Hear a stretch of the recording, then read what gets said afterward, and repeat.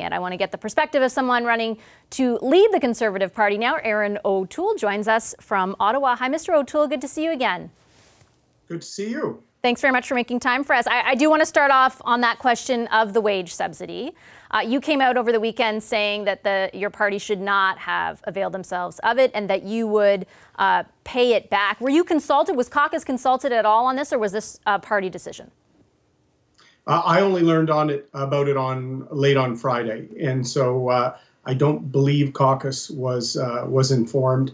And on Saturday, I put out my position. I don't think it's appropriate. Our party is funded by donors. Political organizations are not businesses keeping our economy moving. They should not be taking the wage subsidy like small businesses and medium-sized businesses are. The Trudeau government has left tens of thousands of businesses, especially family-based businesses, out of the COVID response packages. So I don't think it's appropriate for political parties to be bailed out by the taxpayer. So the party says that there were a number of employees who would have had to be laid off because of this, and that this is a way of keeping those people employed. They met the criteria for the program as it was designated. It's the same argument that both the NDP and the Liberals are putting forth as well.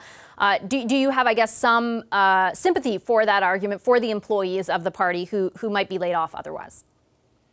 I appreciate the work done by our party staff. Many of them are friends. I really do think the party could have shrunk its operations, particularly temporarily, maybe even dipped into some of the war chest for the coming elections. That's what all parties are kind of squirreling away money for that. And this is a time, it's a crisis. You should dip into that and take care of your people without going to taxpayers for relief. Our donors in our party are very committed. They know that we fund an operation. They know we're going to be funding an election in the future. But I really do think if we had dipped into some of those election planning expense funds, that would have been the more appropriate course of action. Small businesses, family farms, everyone is adapting. I really don't think our choice should have been to go for taxpayer assistance. I'm glad you brought up an election, because I'm wondering what you think of the prospect of one in the fall.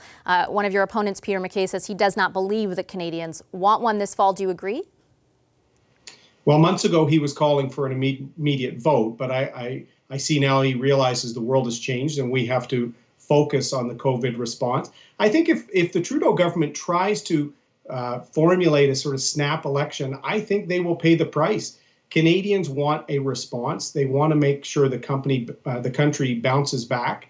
And if they attempt to seize on what they see as political advantage, I think they will pay the price. I've been reminding people, Vashi, that both the health response to the outbreak of the coronavirus and the economic response by the Trudeau government has been slow, confused, and negligent in many cases. So their record is not a good one if they decide to run on it. And yet, if you look at public opinion polls right now, it says the opposite. This is a rally around the flag effect that is common. I've been reminding people that after saving the Western world, 2 months after VE Day, Winston Churchill lost an election because of underlying problems his party faced. Think about before COVID, Vashi, when I bumped into you on the street for our last interview.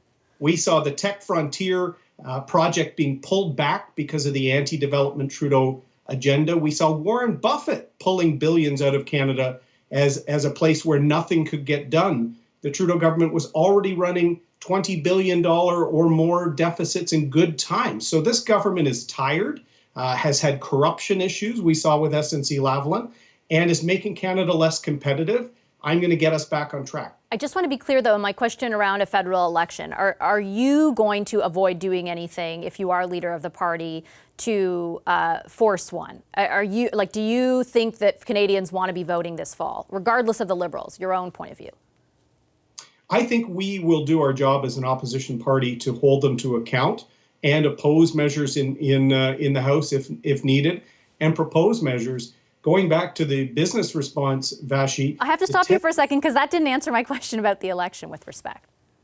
Well, it will be up to the government. If they listen to the opposition parties, the government will be able to win votes in the House of Commons. If they don't and try and drive confrontation, we will do our job and hold them to account. Right now, Trudeau's been suppressing Parliament is the best way to describe it. As Andrew Scheer said, the Liberals want an audience. They don't want an opposition. And I think we will provide that. We've improved programs like the wage subsidy. We pushed them to make it 75%, not 10%. And they had to bring a second bill back to Parliament to do that. We'll do our job. We certainly don't want an election in the aftermath as we're trying to get the economy back on track. But if the Liberals try and manufacture one, we will be ready. I want to switch gears and ask you about a subject that you have spoken about extensively during the pandemic and that you wrote about this weekend as well, or late last week, China and the government's foreign policy where China is concerned. You were focused on Hong Kong in this particular op-ed, but it was a paragraph that jumped out at me. Taking a stronger stance may require us to place greater emphasis on the values of our nation than the valuation of our investments. We can expect the Chinese regime to threaten us the way they have in recent days with Australian beef and barley farmers. What kind of economic hit would you be willing to take if you were leading this country in order to do the things that you describe where China is concerned? I don't think there will be an economic hit, Vashi, more than there will be a realignment of global trade patterns. And this is what Australia and other countries are pushing for. Canada, of course, is silent, as Mr. Trudeau has been, because he's worried about his UN vote more than anything else. But there will be a rebalancing of trade patterns, I believe, where you'll see more alignment between democracies that will trade together. You'll see Canada bringing back some critical manufacturing, PPE, a number of things to make sure that we have that domestic capacity. And I do think there will be some sectors where perhaps goods will cost more, but I think Canada is a trading nation, but we have to make sure that the countries that have been abusing the rules-based system internationally, like the communist-led government in China, they have to be held to account. And I think COVID-19 will be the crisis that really precipitates a realignment. And I think Canada needs to be not just part of it, we should be at the forefront of it, working with our allies in the G7 and in the Five Eyes groups, and being that special role, bringing the Americans on board to a multilateral effort by democracies. That type of realignment, though, it certainly isn't the reality right now. We very much depend, for example, on China for personal protective equipment. They're our number 2 recipient of exports, $17.5 billion US. If you were to cut those ties immediately, there would be a drastic impact. And I think, for example, of canola farmers, and the hundreds of millions of dollars that they lost in the past year because of the actions that China took. Are you willing, and I take the stance that you're putting forward, but are you willing to look at them and say, sorry, you might lose your livelihood, but this is what we've got to do? No, I think we will have to be very careful to make sure the realignment finds new markets, finds new export opportunities for producers. But looking at PPE, as you mentioned, Taiwan is a major supplier of PPE, and I've been trying to get Canada exempted from some export controls because some of the masks being made there are by a Montreal company, Vashi. And we have a foreign minister who won't even say the word Taiwan because the Trudeau government... Well, he does a lot now. In one instance, he did. He was called on it. The Trudeau government, because of, at first, their desire for a free trade agreement with China, and now their flailing Security Council bid, they're so scared to take a stand, even when you have to ask the tough questions. And I asked the Prime Minister 2 years ago about the exclusion of Taiwan from World Health Organization pandemic planning. The Trudeau government's been sort of lulled into not looking at the reality of Beijing, as many of our allies like Australia is. You were part of a government, though, albeit a newer member, that let a state-owned Chinese company take over an oil company in this country. Was that a mistake? I think we're going to have a realignment of foreign investment rules. Absolutely. I do know that there was some regret with respect to some of those transactions. The challenge with China I've been talking about for many years, because I think the Liberals have only looked at the commercial opportunities there, and they've been silent on human rights, on rule of law, on international security like Huawei. We have to make sure that we're serious and we take a realistic view with respect to Beijing. I don't think the Liberals can. They've been very captured by those interests in the early years of the Trudeau government. A government led by me will work with our allies to rebalance trade and provide the counterbalance to Beijing's actions everywhere from the UN to global trade. Respectfully, Mr. O'Toole, though, you switched that over to the Liberals pretty quickly. My question was, and you said there might be some regrets, your government, when you were in power, let a Chinese state-owned company take over a Canadian oil company. Was that a mistake? Well, we need foreign capital for our energy sector, Vashi. We were trying to make sure that that was happening, and that was so you one put the economy large over. You put the economy over principle. No, there was no critical security element to that investment at all. We had denied the sale of a security company to ONET Communications, Vashi, a deal that the Trudeau government reversed after they won in 2015, 2016. So in terms of investments in a large energy investment, that's different than a defense or a security investment. But I do think post-COVID, we will have to look at all investments, particularly from state-owned enterprises, Vashi. I think all of us have seen that since 2017, especially, where there's more control over state-owned enterprises than in the past, those transactions would not be approved. Okay, I have to leave it there, Mr. O'Toole. I'm out of time, but thank you very much for your time this evening. Thank you. As we were just discussing, outrage continues online and on Parliament Hill over news that the Liberals, the Conservatives, the NDP and the Green Party are all making use of the government's emergency wage subsidy to pay party staff. That I find it absolutely unacceptable. The Liberal Party did get $2 million from subscribers, members, in the first 3 months of 2020. And the Conservatives got $4 million the same way. And still, they say that since their employees are Canadians, they have a right to this money. The money is not a gift. It is reserved for the businesses, the companies, and the people who really need it. And the Liberals don't need it. And the Conservatives don't need it. Maybe the NDP needs it. Maybe the Greens need it. We do not. So does Bloc leader Yves-François Blanchet have a point? Were political staff the intended beneficiaries of the wage subsidy program? And why are parties that raked in millions in donations so quick to use the aid plan? Time for who else but the Power Panel to answer those questions. In Toronto, Melissa Lantsman, National Vice President of Enterprise Canada, coming to us as well from the same city, Council Public Affairs, Brad Levine, and Yolande James, former Quebec Liberal Cabinet Minister, joins us now from Montreal. Hello to all three of you. Great to see you. So, Melissa, I'll start with you. We just had Erin O'Toole on, who's, of course, running to lead the Conservative Party. He is very quick to say, no, the party should not have taken this money. I had Candice Bergen on, all MPs before, but Candice Bergen was saying, well, I have a few questions. She seemed uncomfortable with it. She understood, I think, the party's rationale, but understood that there were questions about it. What do you think? Absolutely not. This is the most Ottawa-centric story, and it's it's lost sort of any any reality that is associated with the crisis that we're going through. Of course, political parties shouldn't take it. They've got special tax treatments. They've got deep pockets in terms of war chests to run elections. They've got the ability to appeal to their members. This is for Canadians that have made huge sacrifices, businesses who are not making any revenue to keep people employed, and political parties are just not part of that. Oh, very, very succinct. Thank you. Brad, what do you think? Well, I think it's easy for folks who have been involved with political parties to maybe bash other political parties.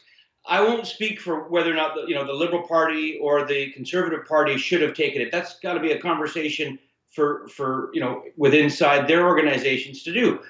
But for the Democratic Party, and I watched your interview with the National Director, Anne McGrath, on Friday, and I thought she made a very compelling, upfront and transparent. It's like, look, donations are down, and in the formula that the program that we're talking about here, the wage subsidy program, you can either have revenues down from January, February in the March, April, and May period, or year over year.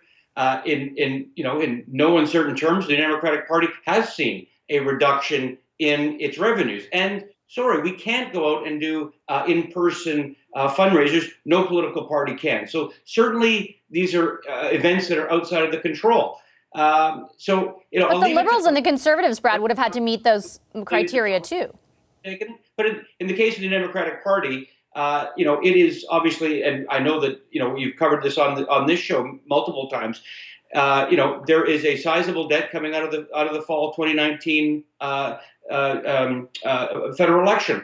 So people were about to be laid off if this program was not ceased. And as Ann pointed out on Friday, if those folks were laid off, they would apply for CERB. And if they weren't eligible for CERB, they would get employment insurance. So there's going to be a government program for folks that lose their employment in this country. And that is right and just. So if nonprofits, which political parties would classify as, are eligible, if your revenues are down, and I'll leave it to others to judge whether or not Conservatives and Liberals with millions of dollars in the bank should be drawing from it. I get the argument that you're putting forth and that I heard from various parties today, Yolande. What I don't get is why I was so shocked Friday to find this out, because I've done probably 50 interviews with people from all parties, all representatives, politicians, who talked about these programs and debated them and the merits of them, and never once said, my party is going to use it. And I think from my inbox, judging by my inbox, that's what, regardless of your political affiliation or the need or the merits of it, which I get there's a valid debate to be had, that's my inbox was dominated with, hey, I'm falling through the cracks, I'm not getting covered, and I never knew these guys were. I think that definitely is part of the issue there, a big part of it. I have to agree with you on that 100%, Vashi. The way that this was kind of rolled out, we first heard about the NDP and then the Liberals and then the Conservatives, and it was kind of like, wait, hold on a second. If political parties had been upfront about it, I'm not about to sit here and say that it would fly, no problem, but I think it would certainly take off a certain level of skepticism. That being said, I always have a difficult time. I'm going to agree with Brad with the whole bashing. Whenever we talk about money and we talk about fundraising and political parties, we tend to really have it in a negative light. And I think it's important to remember when we talk about healthy political parties, whether they are the party in government or not, it's also fundamental to supporting the strength of our democracy. Let's not lose that in sight of this debate. And the other thing is that the employees that are working at political parties are employees like in any other organization, whether it be receptionists or regional coordinators, and they do honorable work. So on the merits of it, I certainly could understand why an organization and political parties would see the merits of the subsidy program. That being said, politically, no way, no sell. And I would give the NDP a few extra points because they were more forthcoming on Friday. Like Brad said, they actually put up their national director. We only knew about this because the NDP said we're taking it, and then we started asking other parties. I have time for another quick round because I have to head to Alberta. But I really quickly, since Melissa loves Ottawa-centric stories, want to get everyone's quick take on this debate over Parliament. It sounds now like the motion is going to go ahead, and the Liberals will see their vision, I guess, realized for how Parliament should unfold. Melissa, what do you think? Is this something that Canadians, well, I don't know, I feel like that's a question we ask too much. Do Canadians care? I think they do somewhat, depending on the issue. But what do you think happened with all of this? Who ends up winning?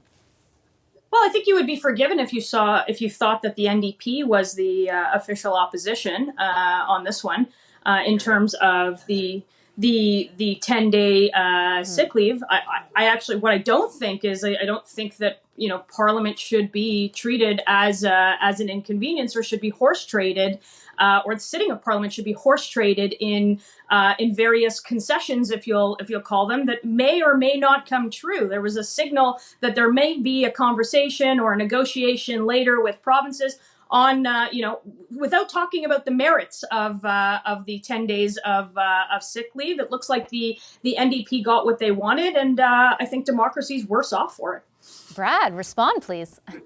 Couldn't disagree more. This is exactly how minority parliament should work, and political parties that have been given a balance of power by the electorate should be leveraging in order to make lives of the people at home better. This is exactly what today does with the 10 sick days a negotiation that Ottawa will now work with the provinces to implement. Look, for 3 weeks, Jagmeet Singh called on Justin Trudeau to bring in sick leave provisions, to work with the provinces to bring in that. Mr. Trudeau said nothing to the positive on this until today. Jagmeet Singh handled it perfectly. John Horgan, the Premier of British Columbia, was also calling for sick leave. He was on the Premier's call with the Prime Minister. He advocated for it.